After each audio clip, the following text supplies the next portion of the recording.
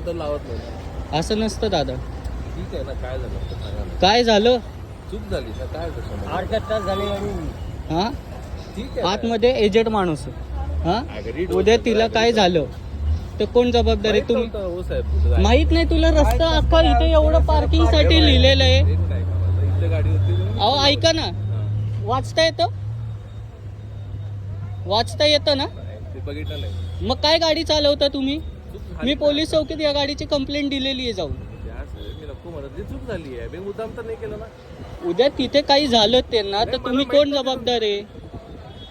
आता मुद्दाम तर कोणी करत नाही.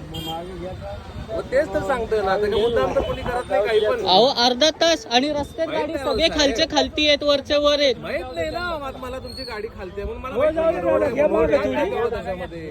मुद्दाम तर केलं नाही. पार्किंगची तुम्हाला जागा दिसत नाही. मुद्दाम नाही केलं मी.